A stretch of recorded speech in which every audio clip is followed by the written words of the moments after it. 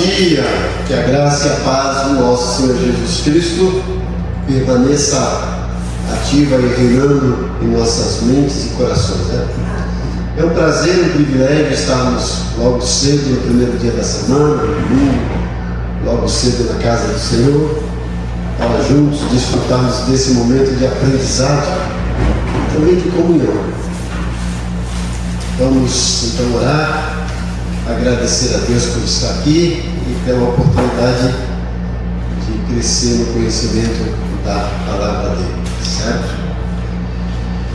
Pai querido, Pai bondoso, como é bom estar na tua casa, como é bom ter esse tempo de aprendizado, a presença do teu povo que aqui está presente, esse povo que é fiel, que a gente tem sempre orado para que o Senhor continue derramando bênçãos sem medida na vida deles. Como a gente faz todos os domingos, apresentamos essa caixa, temos orado para que esses nomes que estão aqui sejam alcançados e transformados pela mensagem do Evangelho. Como sempre oramos para que o Senhor use os teus servos que estão mais próximos, para que levem a essas pessoas um testemunho de transformação, que esse testemunho cause impacto e essas pessoas sejam trabalhadas através do teu Santo Espírito para que se convertam e venham congregar. Da mesma maneira, mais uma vez pedimos que tenhamos aqui um momento de crescimento, amadurecimento na tua palavra e que o Senhor derrame bênçãos sem medida nas nossas vidas. Oramos não somente por essa manhã, mas também pelo culto da noite, onde vamos ministrar a ceia do Senhor, que o Senhor traga o teu povo e que o Senhor fale as nossas mentes e corações. Oramos agradecidos no nome de Jesus. Amém.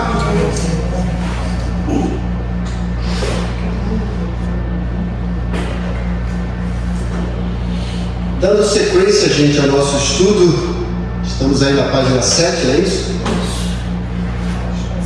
Pastor Kleber, na semana passada, deu continuidade e aí falou da terceira maneira da gente crescer no caráter, né? Que é crescer de forma formalmente, né? Intencionalmente nós detectarmos alguma área da nossa vida que precisamos crescer, se desenvolver e entregar isso na mão de Deus. Pedir que o Espírito Santo nos mostre onde Ele quer que cresçamos e trabalhar nessa área, né? Uma coisa importante que eu digo, que Deus tem sempre um processo na nossa vida e Ele jamais vira uma página desse processo sem que a gente aprenda uma lição. Então a gente precisa estar atento aos sinais. Por isso que é bom congregar, ouvir a palavra de Deus, né? Os próprios louvores falam ao nosso coração. Mas quando eu percebo que algumas coisas se repetem com constância na nossa vida, é um sinal de alerta. Opa, que lição Deus quer que eu aprenda aqui? Às vezes, quando a gente não tem paciência, é explosivo, Deus vai permitir situações para que a gente desenvolva o nosso caráter e cresça nessa área. Então é muito importante estar atento à voz do Espírito Santo, às orientações, né? Por isso que é bom a gente ter o nosso contato diário com a palavra de Deus, através da oração, da leitura bíblica, dos devocionais. Não sei se vocês têm percebido, né? Nós estamos numa sequência dos devocionais do livro de Salmos e eu faço questão de sempre ler com vocês aquele texto do Salmo, o Salmo do dia, porque às vezes a gente vai deixando e acaba chegando no final do dia, a gente não leu a Bíblia, não orou, então faz aquela oração mecânica. Então é importante nesse processo e se deixar permitir transformar. Então a semana passada vocês fizeram esse questionário ali, né? Na página 7, com 5 questões. Não estou crescendo, pelo contrário, tenho regredido em minha postura como cristão. É uma coisa para a gente pensar. Então, aí aqui, número 1, não estou crescendo, minha vida é uma rotina, ou minha vida é dominada pela tirania urgente, não me deixando tempo para crescer. Às vezes a gente vive essa rotina. Número 2, estou crescendo um pouco, mas não tenho tempo para refletir e pensar sobre como poderia ou deveria estar crescendo mais. 3, estou crescendo, mas não no ritmo que gostaria. Opa, isso aqui já está melhorando, né? 4, estou crescendo bastante. Minha vida e ministério estão realmente mudando. Veja que eu coloquei vida e ministério. Mas eu não tenho ministério. Opa! Então você não entende o que Deus quer na sua vida. Todos nós temos e precisamos desenvolver esse ministério. Estou crescendo muito, com um grande sentido de aventura e maravilha sobre o que Deus está fazendo, né? Nosso desejo é que acontecesse aqui o item 5, né? Todos nós, né? Mas do trecho para frente já está melhorando. Então vocês fizeram essa semana passada, o pastor Kleber terminou aqui, está um grupo, ou pelo menos uma pessoa com a qual possamos manter esse tipo de relacionamento. É super importante para mantermos o ritmo de crescimento em nossas vidas espirituais.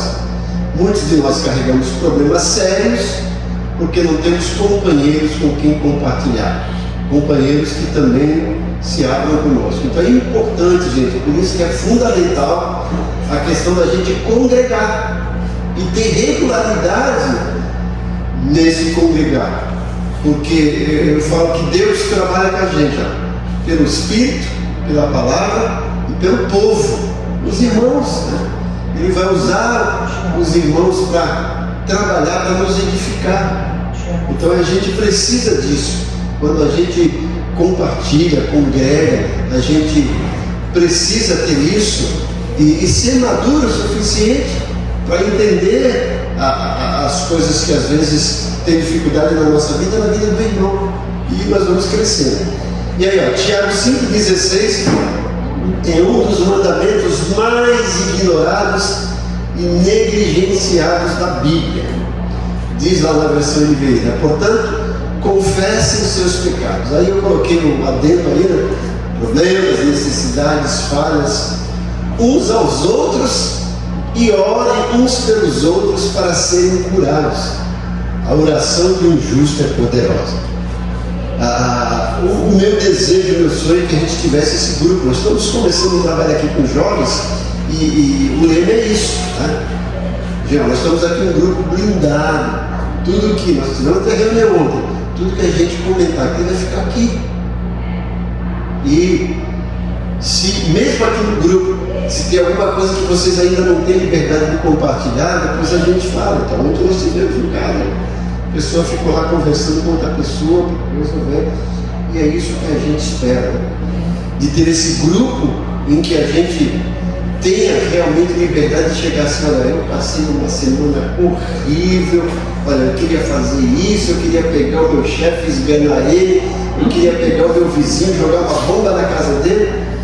Ter liberdade para se abrir e para aquele irmão não ficar: misericórdia, que é isso? Não vai orar não. Aquele irmão entende: opa, tem uma alerta, eu preciso ajudar, o que eu posso fazer? Vamos orar, né? É isso que a gente precisa. Mas às vezes nós somos tão rápidos em julgar e condenar. Quando o irmão falar isso, opa, está cobrando que é falta de oração, precisa estar em disciplina. É a primeira coisa que a gente fala, né? E nem entende exatamente o que significa disciplina, certo? Bom, isso foi tratado da semana passada, não é isso? Agora, página 8.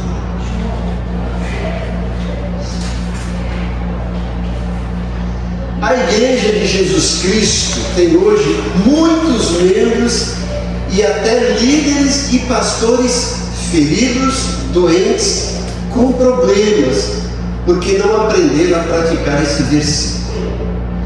Tiago diz que seremos curados depois de confessarmos nossas falhas ou necessidades, dando oportunidades a outros para orarem por nós. Vamos pensar um pouquinho aqui nessa frase, ou nessa sentença, nesse parágrafo aqui. Vocês já perceberam? Tem momentos da nossa vida que a gente tem que procurar um psicólogo, né? Infelizmente tem crente que não entende isso, acha que isso é falta de oração, né? E é pecado. Não, o psicólogo é um profissional que treinou para isso.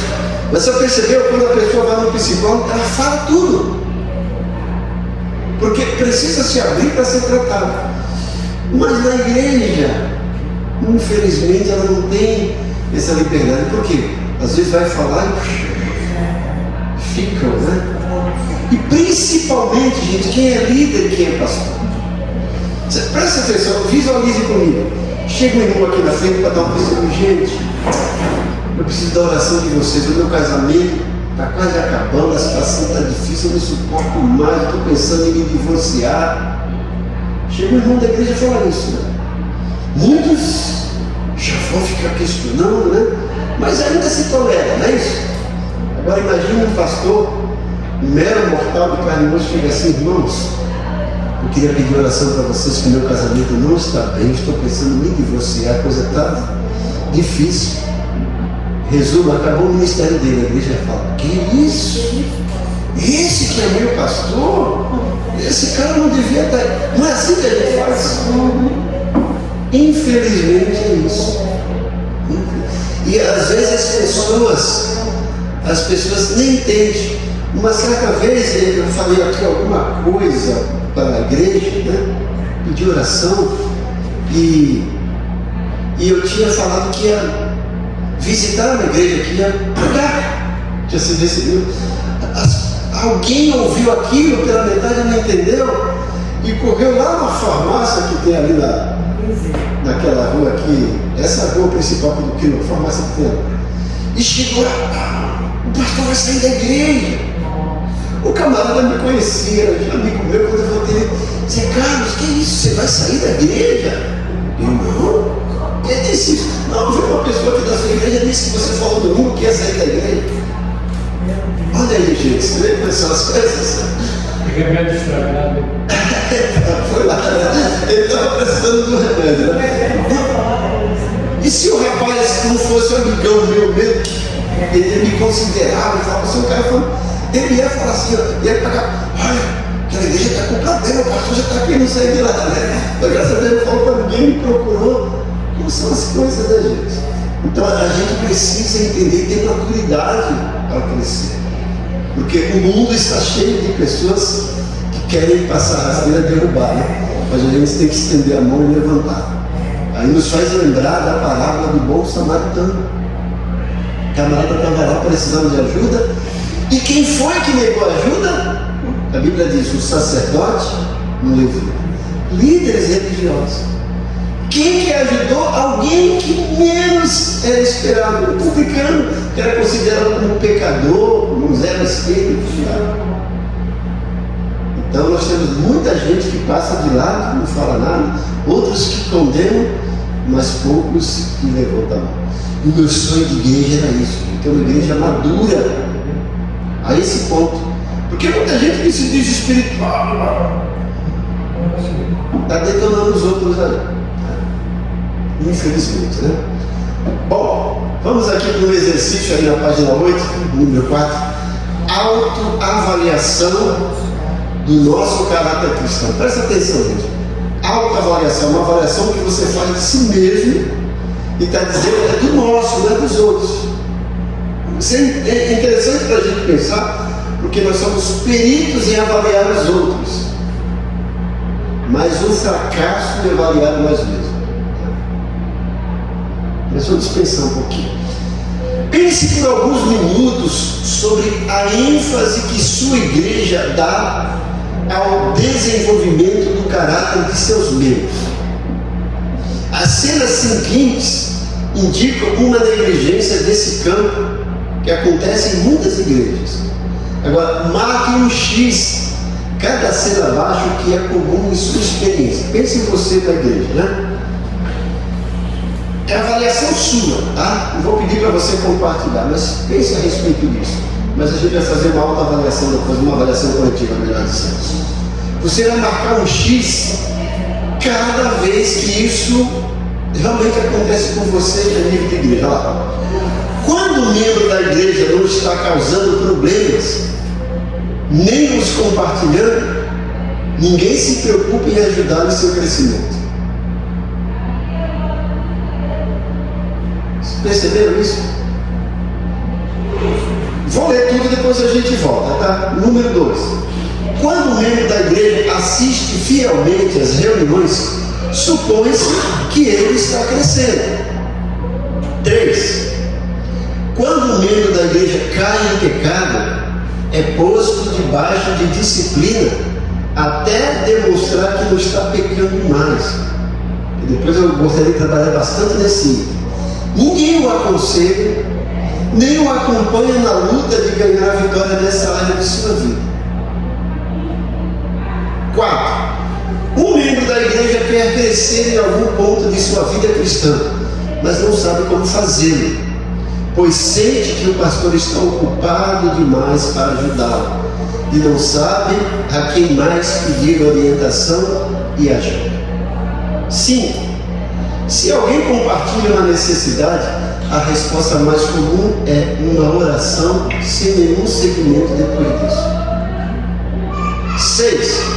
A grande maioria dos membros da igreja não pensam em como desenvolver pontos específicos de seu caráter. 7. Um grau elevado na liderança ou hierarquia da igreja dificulta o encontro de alguém para ajudá-lo a crescer. Quando um pastor tem um ponto no qual precisa crescer, dificilmente admite, dificilmente procura ajuda e dificilmente encontra alguém para ajudá-lo.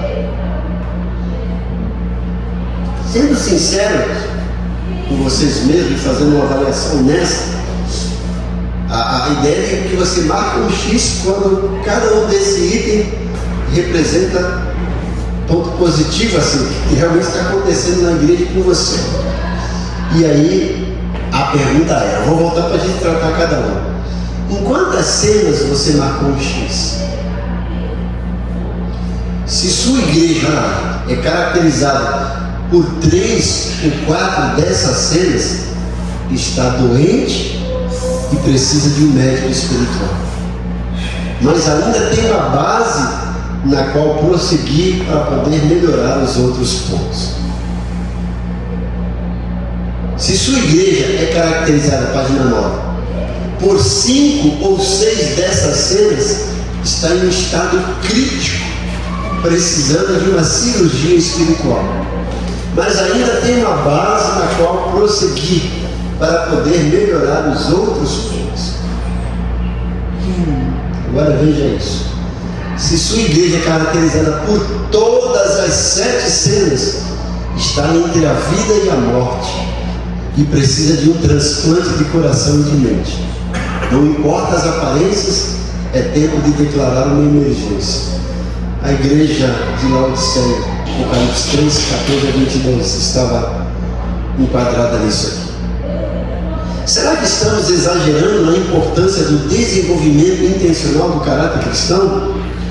Será que estamos fazendo tempestade no copo d'água? Algumas pessoas podem argumentar que todos nós que somos filhos de Deus iremos chegar ao céu, não importando o quanto o nosso caráter tenha se desenvolvido. Outras podem argumentar que o desenvolvimento do caráter é uma coisa que acontece sem que nos preocupemos com ela, mas a nível do inconsciente. E aí nós vamos olhar para a perspectiva de Paulo, tá? Mas não vou perguntar quantas vezes você marcou o X, mas vamos voltar para cada uma dessa questão e refletir um pouquinho, tá? Voltando aí para a página 7. Ao número 1. Quando o membro da igreja não está causando problemas, nem compartilhando, ninguém se preocupa em ajudar no seu crescimento. Isso é óbvio que acontece, gente, em quase todas as igrejas, tá? Principalmente igreja super grande. Imagina uma igreja de 1000 membros. Tem gente que não se conhece. Igrejas que tem 3 cultos num dia. Isso não é ruim, é bom, né? Graças a Deus. Mas se a igreja não colocar algum trabalho de pequenos grupos, só vai se perder. O pastor às vezes não tem nem noção exatamente de um membro pastor pastoreando 1000 membros. Eu acho isso, né? É maravilhoso, mas ao mesmo tempo um desafio você conhecer 1000 membros. O pastor Natalino contou uma vez numa reunião de pastores que ele saiu para o culto e ele estava atrasado. E ele pegou para cortar caminho e fez uma manobra, uma conversão que era proibida. Quando ele acabou de fazer aquela conversão proibida, ele bate de frente com uma grada, e ela faz sinal, ele para, e ela fala assim: bonito, né, pastor? Fazendo uma conversão proibida. Aí ele: me desculpa, eu não tenho justificativa, eu mereço multa, realmente, né? Fiz, eu estou com pressa, mas isso não é desculpa. Como é que você sabe que eu sou pastor? Aí ela tirou o cap. Eu sou sua ovelha, o senhor me batizou. Aí ele falou que aquilo foi a pior vergonha para ele. Ele falou: não, melhor ter tomado a multa. Ela falou assim: ela não me multou, mas aquilo foi pior do que a multa. É isso que acontece, às vezes a gente não tem, né? Esse conhecimento de Jesus. Em João 10 ele fala assim: eu sou bom pastor, eu conheço as minhas ovelhas, elas ouvem a minha voz e me conhecem. Então o que acontece na igreja? Que quando o crente está lá, não está aparentemente tendo problema, não compartilha nada, fala: tudo bem. A gente não procura, né? Acha que está tudo bem, não é isso? E às vezes ele está com alguma necessidade. Segundo, aqui, quando o membro assiste fielmente às reuniões, supõe-se que ele está crescendo. Ele está em todos os cultos, né? E a gente pensa: ele está crescendo, a palavra está falando. É isso. 3. Quando o membro da igreja cai em pecado, eu acho que isso aqui é o pior. É posto debaixo de disciplina até demonstrar que não está pecando mais.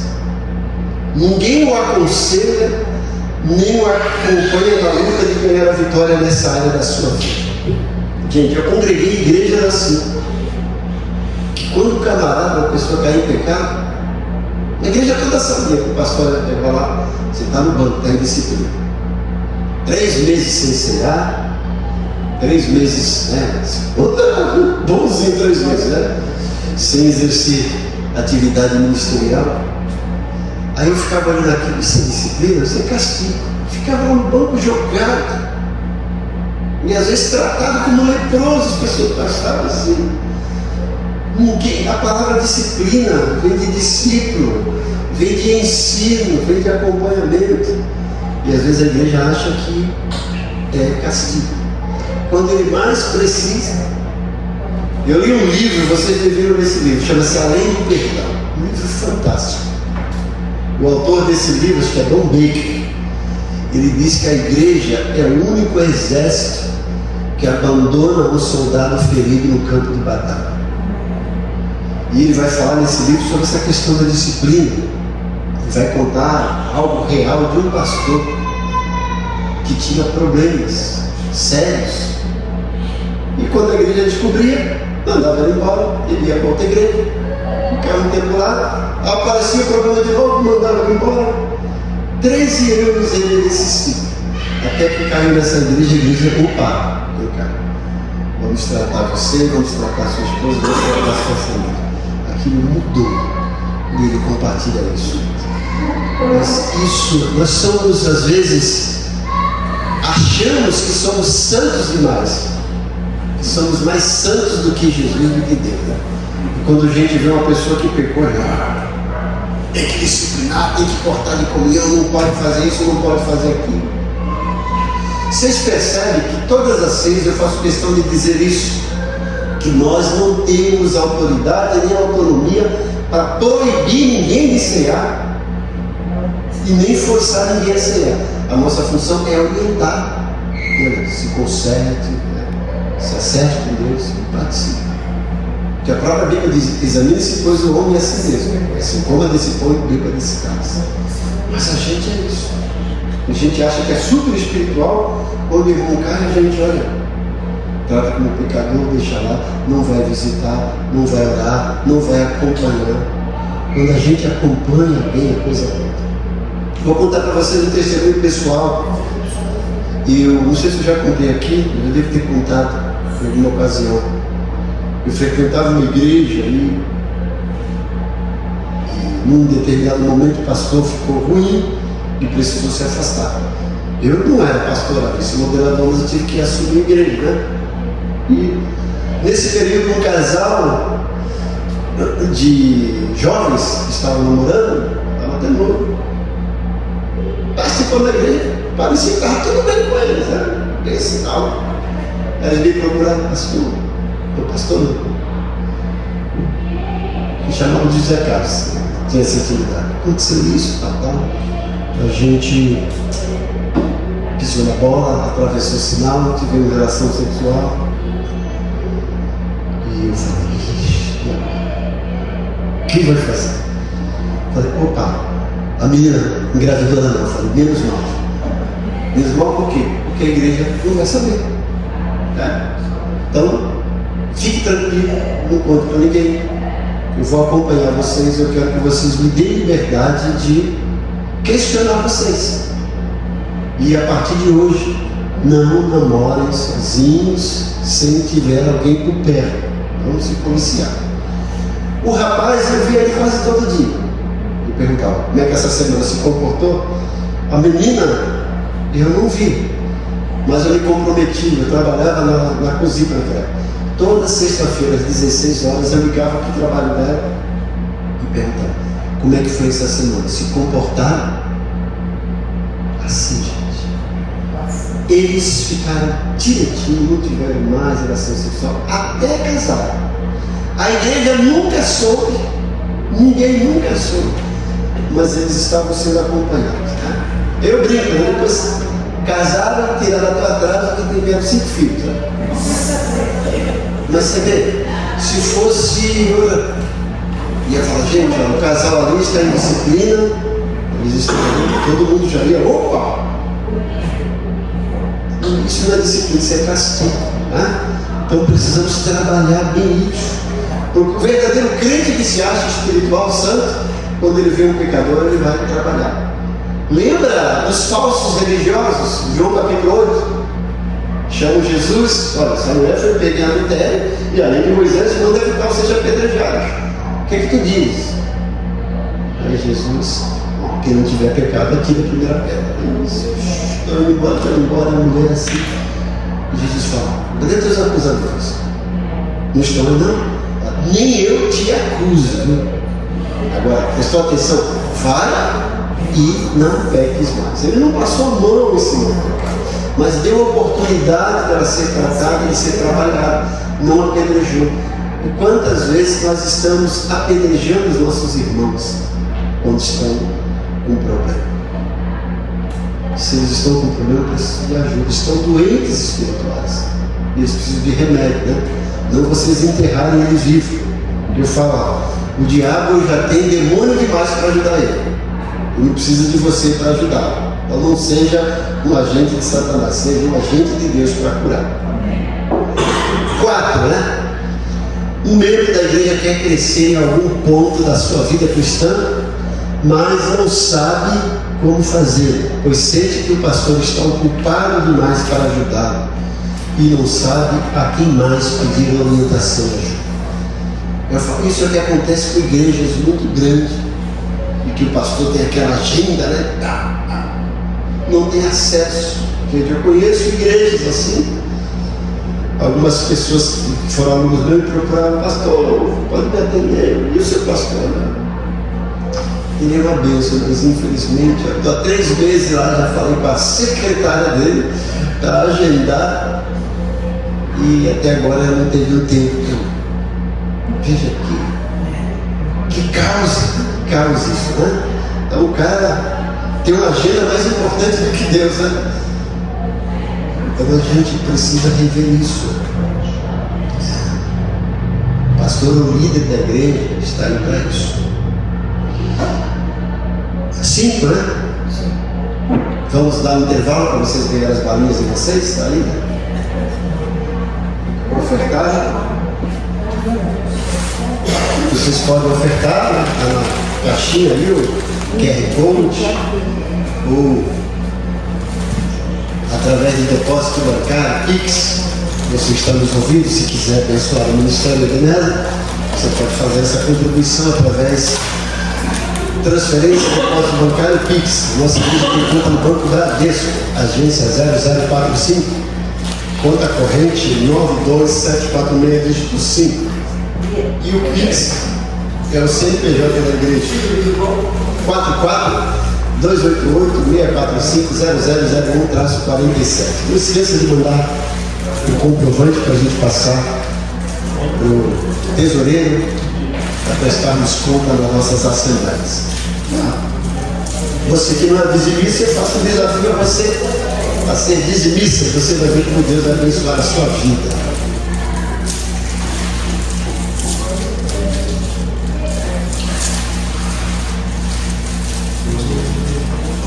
Item 5 aí, gente. Essa aula doce, né, gente? Vamos lá.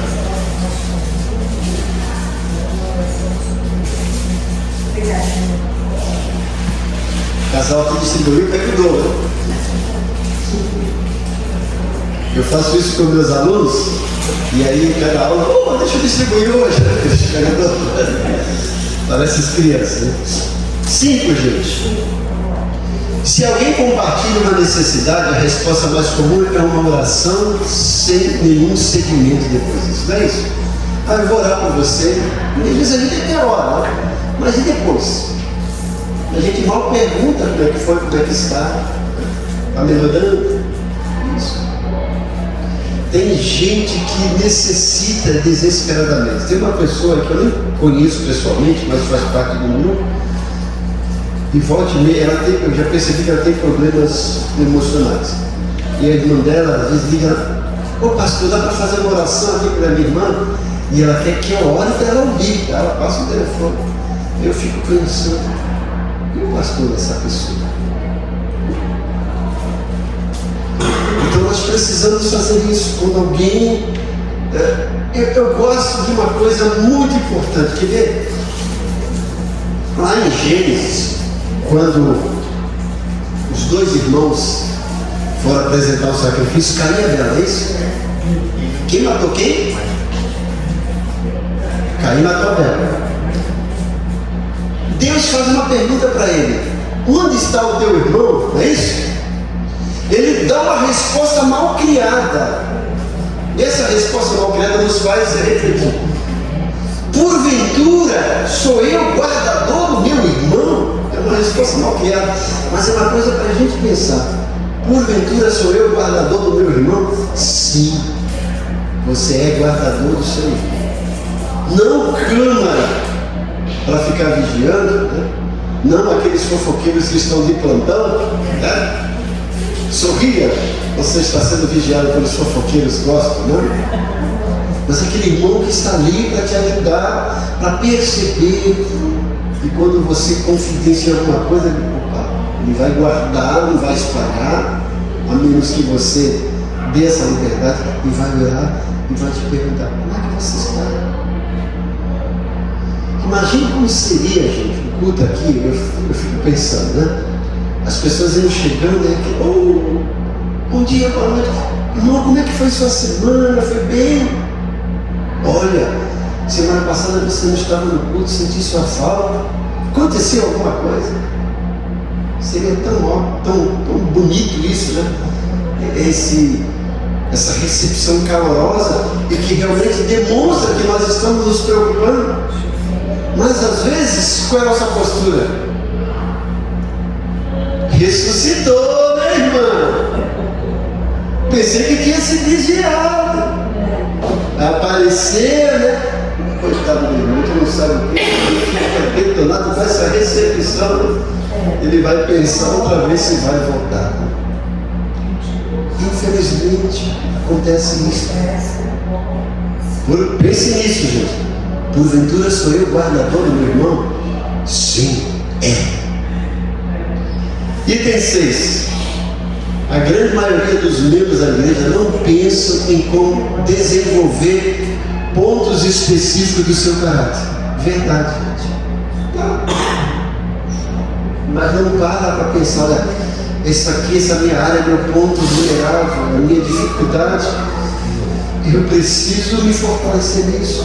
Eu preciso crescer nisso. O gosto de Davi, né? Algumas orações ele fala: Senhor, me ajuda, não quero pecar contra ti. Põe guarda nos meus lábios para não pecar contra ti. A gente precisa identificar qual é o nosso calcanhar de Aquiles e pedir ajuda e trabalhar aqui. Porque se a gente negligencia, a gente nunca vai crescer, nunca vai desenvolver e tal.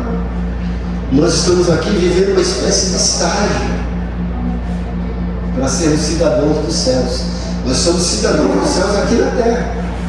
O reino de Deus já está aqui. E nós temos que viver como súditos desse reino de Deus aqui na terra. E nesse processo de estar melhorando, estar crescendo. 7. Um grau elevado na liderança ou hierarquia da igreja dificulta o encontro de alguém para ajudá-lo a crescer. Quando um pastor tem um ponto no qual precisa crescer, dificilmente admite, dificilmente procura ajuda e dificilmente encontra alguém para ajudá-lo. Tem os dois lados disso aqui. Primeiro, às vezes, o orgulho, a soberba, que acha que é melhor do que os outros. Segundo, a vergonha de admitir que errou em público, porque sabe que vai ser censurado, porque a igreja não é madura para isso. E acontece isso. E a igreja às vezes esquece que o pastor, apesar de ser líder, está ali, ele é um ser humano de carne e osso, ele tem problemas, tem falhas, você precisa ajudar. Mas quando ele externa isso, que isso? Isso é pastor? A Bíblia fala, isso, né? Isso é pastor? Misericórdia, irmão. Infelizmente. E é por conta disso que muitos pastores estão enfrentando problemas na área emocional. Uma pesquisa que foi feita no Instituto da Suíça a respeito de pastores revelou índice alarmante. Mais de 78% de pastores sofreram depressão.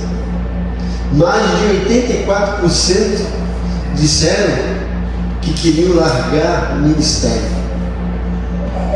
Muitos deles, mais de 50%, 58% a 60%, já tiveram o desejo de se suicidar. E alguns o fizeram. Em 2018, gente, antes da pandemia, foi um dos piores anos para a liderança evangélica aqui no Brasil. Eu soube de relatos reais de 18 pastores que se suicidaram naquele ano. 18. Sem contar líderes de Deus. E a maioria por problemas emocionais, sobrecarregados, que não tinha uma igreja para compartilhar, não tinha uma liderança que o apoiava, então se sentia assim. 18 pastores no ano de 2018, ou seja, mais de um por mês, gente. Coisa difícil, né? Então é algo para a gente pensar e refletir. Vamos avante lá para a página 9 agora, né? Olhemos a perspectiva de Paulo, é isso? Um exercício para a gente fazer. Esses exercícios são bons para a gente fazer essa autoavaliação. Sublinhe as palavras que indiquem ou que indicam a seriedade com a qual Paulo enxerga o desenvolvimento do caráter de Cristo. Veja Gálatas 4,19. Eu gosto desse texto. Meus filhinhos, novamente estou sofrendo dores de parto por causa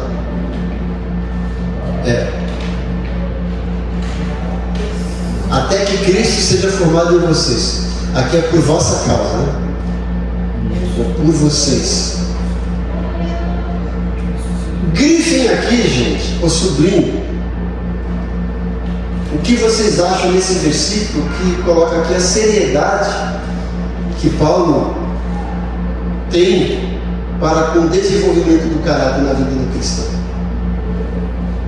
O que vocês grifariam aí?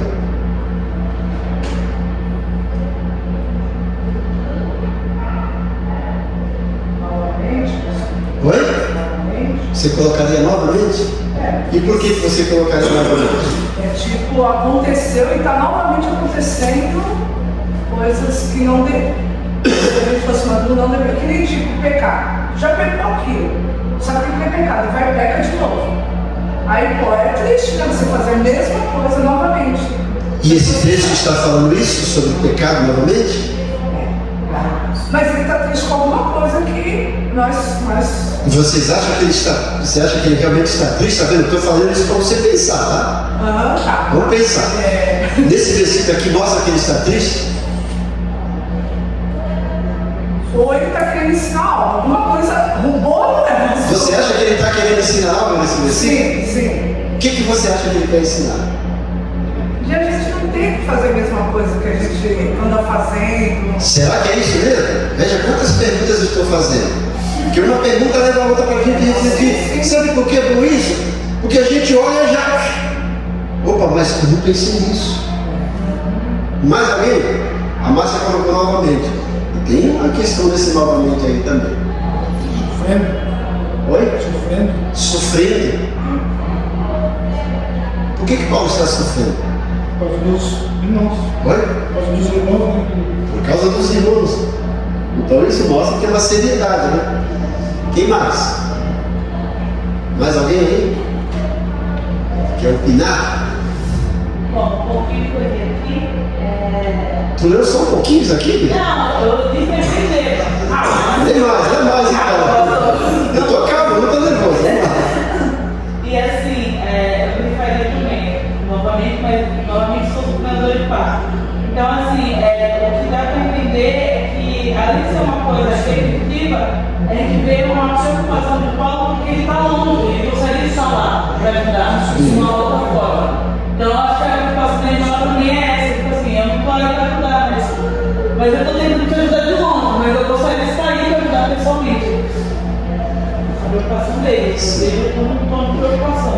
Mais alguém aí, gente? Ou ninguém, os outros aqui não grifaram nada, mas tudo bem.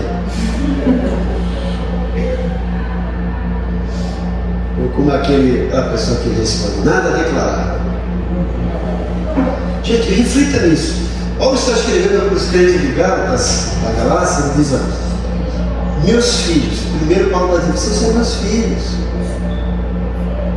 Veja a preocupação dele, ele entende que aquelas pessoas merecem não apenas a consideração, mas o empenho dele, meus filhos, por quem de novo, ou novamente, sinto as dores de parto. Vamos pensar um pouquinho na dor de parto da mulher, que a mulher conhece isso, né? É uma dor forte, mas ao mesmo tempo que dá prazer, é isso? E depois a massa, né? Doeu, depois sai essa bebê aqui, que maravilha essa bebê. Paulo está dizendo, eu gerei vocês, por isso vocês são meus filhos. E essa geração teve dor de parto, mas essa dor deu prazer. Mas aí entra o que a Márcia falou e a Bia, e eu novamente estou sofrendo isso, essas dores de parto. Aí o que eu gosto, que eu grifaria, até que Cristo seja formado em vocês. Paulo está dizendo, eu não vou parar de me preocupar, eu vou continuar sofrendo essa dor angustiante, mas depois prazerosa, até que Cristo seja formado em vocês. Paulo não queria apenas que ele se convertesse, mas que tivesse o caráter de Cristo. Cristo formado em vocês. Paulo queria olhar para os crentes de Gálatas e falar assim, olha, são réplicas de Jesus, são clones de Jesus. Cristo foi formado na vida deles e eu contribuí para isso. É o meu empenho, é o meu desejo, é minha meta, é meu propósito, é ver Cristo formado neles. Mas infelizmente muitos pastores não veem isso, e muitos crentes também não entendem isso. E acham que está lá participando, né? E fico pensando, gente, eu fico olhando as igrejas, eu estou entristecido. Quando eu saio de férias, que às vezes eu vou para algumas igrejas, eu vou lá em busca de um alimento, eu saio, meu Deus, se eu soubesse, não teria ouvido.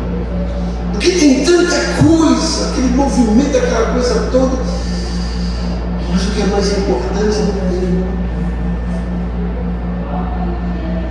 É como chamassem vocês para um churrasco, e você chegasse lá, aí tinha música, cola, e tem lá um pão, um pedaço de pão para você comer, tem uma vinagrete e tal, e você tá gostoso aqui, você sai e não come churrasco. Porque muitas igrejas você não tem o alimento principal, que é a palavra, que transforma. E quando vem aquela coisa toda, você está debaixo de uma palavra, você está debaixo de uma palavra. Aquele discurso triunfalista que só faz o crente achar que está tudo bem. Eu sou filho do rei, eu vou para o céu, eu tenho o melhor. E a vida do dia a dia? Onde que Cristo está sendo formado? E a gente vê isso no dia a dia. Faz um culto de ensino, faz uma escola dominical, olha aí. Cadê? Agora tem um culto de louvorzão, de festividade. Aí todo mundo vem. Depois eu vou embora e a vida continua. E onde Cristo está sendo formado? Paulo está dizendo, me empenha, como se eu estivesse novamente gerando vocês, sentindo a dor de parto. Mas é até que Cristo seja formado em vocês. A gente precisa ter esse empenho. Eu grifaria isso. O texto todo dá para se grifar. Né? É novamente, como você falou, Paulo, novamente estou me preocupando. É uma preocupação ininterrupta. O segundo texto é Colossenses 1, 27 a 29. Cristo em vocês é a esperança da glória. Nós o proclamamos, advertindo e ensinando a cada um com toda a sabedoria, a fim de que apresentemos todo o homem perfeito em Cristo. Para isso eu me esforço lutando conforme a sua força que atua poderosamente em mim. Pensem nisso, o que vocês me fariam nessa frase aí? Nesse versículo.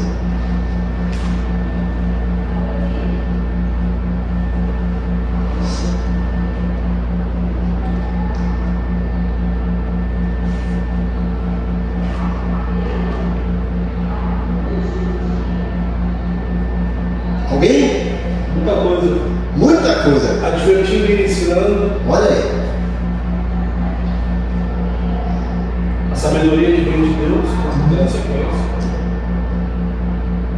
Apresentar através disso, né? Porque é uma proposta aqui. Sim. Eu advirto, eu ensino, e aí eu colho essa sabedoria para que aí sim eu me torne um homem perfeito diante de Cristo. Não é uma osmose. Diante dessa palavra, você não é. Sim. É um trabalhar. Mais alguém aí? Veja como é importante isso, gente. Veja que o verbo nos gerúndio, Cristo em vocês, a esperança da glória, nós o proclamamos. Aí vem o gerúndio, advertindo e ensinando, ou seja, um presente contínuo, uma constância. Veja que Paulo está dizendo que o ministério dele na vida dos crentes de Colossos consistia em adversão, é isso mesmo, né? Advertir e ensinar. Essa advertência e esse ensino de forma contínua. E qual é o objetivo lá? A fim de que apresentemos todo o homem perfeito em Cristo. Paulo está dizendo, o meu propósito aqui, como fundador da igreja, é prestar conta a Deus na vida de vocês. É apresentar vocês perfeitos em Cristo. E para isso eu vou o quê? Aí ele diz aqui, ó, eu me esforço lutando conforme a sua força que atua em mim. A força de Deus na minha vida. Eu exerço essa força para advertir e ensinar, com o objetivo de apresentar vocês perfeitos em Cristo. Veja que o trabalho ministerial é árduo, é contínuo, mas tem um propósito sublime: apresentar a pessoa perfeita em Cristo. Não é chegar lá e apresentar crente raquítico, crente doente, crente saudável. Ele ia falar, meu pai, está aqui, ó. O Senhor me deu para cuidar, eu cuidei, está aqui, ó. Me esforcei, fiz o melhor, está aqui. Mais uma vez, não é esse discurso triunfalista para o crente se achar. O Evangelho tem que nos confrontar, a nos levar à mudança de vida. O primeiro sermão de Pedro, lá em Atos 2, um sermão duro. Pedro não chegou assim, vocês que estão me ouvindo aí, eu quero dizer que vocês são vencedores por Cristo, que vocês são filhos do Rei, que vocês têm o céu, Deus tem uma bênção para vocês, vocês estão debaixo dessa palavra, vocês mataram aquele que Deus constituiu Senhor e Cristo. Discurso duro. E aí o que aconteceu? O discurso de Pedro foi duro, não serve para ser pastor, vou mudar de igreja. A Bíblia fala, compungiram-lhe os corações. Então perguntaram para os demais apóstolos, o que nós precisamos fazer? Eu creio que todo sermão tem que trabalhar na nossa vida e eu entendi, Deus falou comigo, o que eu preciso fazer à luz disso? E aí Pedro vai lá, salvai-vos dessa geração perversa, convertei-vos e arrependei-vos, para que alcance o perdão dos vossos pecados. Sermão duro, mas que levou aquele povo a refletir. E o resultado, 3 milhões se converteram. Hoje a gente quer pregar para o ego das pessoas, para massagear o ego, eles saem. Eu sou filho do rei. Eu sou mais do que vencedor, todas as coisas cooperam para o bem daqueles que amam a Deus, eu posso todas as coisas daquele que me fortalece. Minha vida no dia a dia, tá? Será que você vai para o céu desse jeito mesmo? Veja que Paulo, eu esforço, eu advirto e ensino, constância. Eu gostaria que vocês fizessem esse exercício nesses próximos textos lá em casa. 2 Coríntios 10, 24 a 6, 1 Coríntios 9, 24 a 27, Filipenses 3, de 12 a 14, Romanos 8, 18 a 29. Eu coloquei aqui de preferência na versão NVI. Hoje a gente tem Bíblia de todas as versões. Façam isso, gente. Uma criança cresce sem se dar conta, já percebeu isso? E sem dúvida nós crescemos muitas vezes em muitas áreas sem ter consciência desse crescimento. Com o passar do tempo, essa criança passa a ser jovem e depois adulto. Como jovem ou adulto, escolhe campos nos quais quer desenvolver-se mais e esforça para conseguir seus alvos nesses campos. De forma parecida no mundo espiritual, se não queremos ficar como crianças espirituais, temos que identificar os campos nos quais queremos crescer e fazer um esforço para conseguirmos nossos alvos. Vamos ler 1 de João 2, do 12 ao 14. Dá para ler para a gente aí, irmã Edna? Basílio. Hoje nós temos 2 Edna. Nós temos a Emma, que é Edna Miguel de Andrade, né? Só faltou o Lopes, né? E temos agora a Edna Basílio. 1 de João, capítulo 2, versículos 12 e 14. Pode ver? Pode. Filhinhos, escrevo-vos porque pelo seu nome vos são perdoados os pecados. Pais, escrevo-vos por conhecer-te aquele que desde o princípio. Jovem, escrevo-vos porque venceste o maligno. E eu vos escrevi, filhos, porque conheceis o Pai. Eu vos escrevi, pais, porque já conheceste aquele que desde o princípio. E eu vos escrevi, jovem, porque sois forte, e a palavra de Deus é esta, em vós, e já venceste o maligno. Veja que João aí trabalha nesse texto até de forma carinhosa, com 3 faixas etárias, né? A gente pode colocar no nosso mundo de crente, o crente que é filhinho, é criança, depois o crente jovem, o crente que já é pai, maduro. E para cada uma dessas faixas etárias tem algo a acrescentar. Mas pensando aqui no que a gente disse dessa criança que vai crescendo, né? Daqui a pouco se torna jovem, se torna adulto. Na escola, a criança entende, ela está crescendo, daqui a pouco ela precisa saber, ela precisa ir para a escola para aprender a ler e escrever, para desenvolver a sua mente, as suas atividades, né, psicomotoras, tudo isso. E o que a gente faz geralmente? O professor percebe que uma criança tem debilidade em alguma área. Ele simplesmente vai passando ele de ano? Não. Ou ele é retido, ou ele precisa ter aula de reforço, não é assim que a gente faz? Aula ruim de matemática. Vamos reforçar, pegar um professor de matemática aqui, vamos fazer atividade para melhorar. Geralmente é isso que a gente faz na escola. E por que a gente não faz na igreja? A gente vai empurrando que não vai deixar. Tem área que o crente não cresceu. A gente acha que com o tempo não tem que ser tratado. Tem que abordar aquilo ali, aula de reforço. Vamos trabalhar naquela área. E é isso que a gente precisa. E essa apostila é para isso. Para a gente encontrar e entender que a vida cristã não é brincadeira, não é oba-oba, não é a teologia de Zeca Pagodinho, deixa a vida me levar, a vida leva eu, não. A gente precisa entender, opa, aqui eu preciso melhorar por mim, por Deus, pelas pessoas que estão convivendo. Vou parar isso aqui, vou trabalhar nessa área, vou crescer, certo? Semana que vem, se Deus quiser, Pastor Kleber vai estar ministrando aí sobre esse processo de crescimento no caráter em 3 passos aí. Identificar o campo no qual queremos crescer, identificar as atividades ou métodos pelos quais iremos crescer.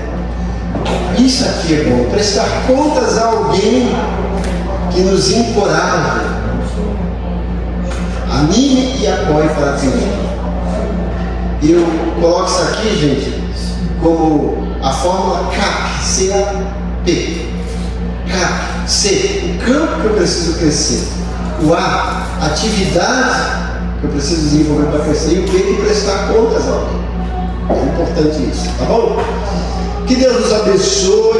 Na semana que vem, então, Pastor Kleber pega esse finalzinho da página 9 e começa com a página 10. Lembrando que hoje às 18 horas nós temos o nosso grande culto de louvor e adoração a Deus com a celebração da ceia do Senhor.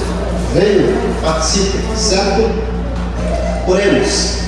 Deus bondoso, muito obrigado por esse período de aprendizado, que agradecemos por esse povo fiel, que valoriza o aprendizado da Tua Palavra e que investe nisso, vindo aqui na escola dominical, vindo no culto de quarta-feira para aprender. Que o Senhor continue abençoando cada um deles. Pedimos também pelo culto da noite, que estamos dando um culto marcado pela Tua presença. E agora, como sempre, terminando essa parte, pedimos que os Teus anjos nos acompanhem até os nossos lares e que o Senhor nos dê um dia abençoado na Tua presença. Nós oramos agradecidos no nome de Jesus. Que a graça do Senhor Jesus, o amor de Deus Pai e a comunhão do Espírito Santo seja com todos. Ebenezer, a igreja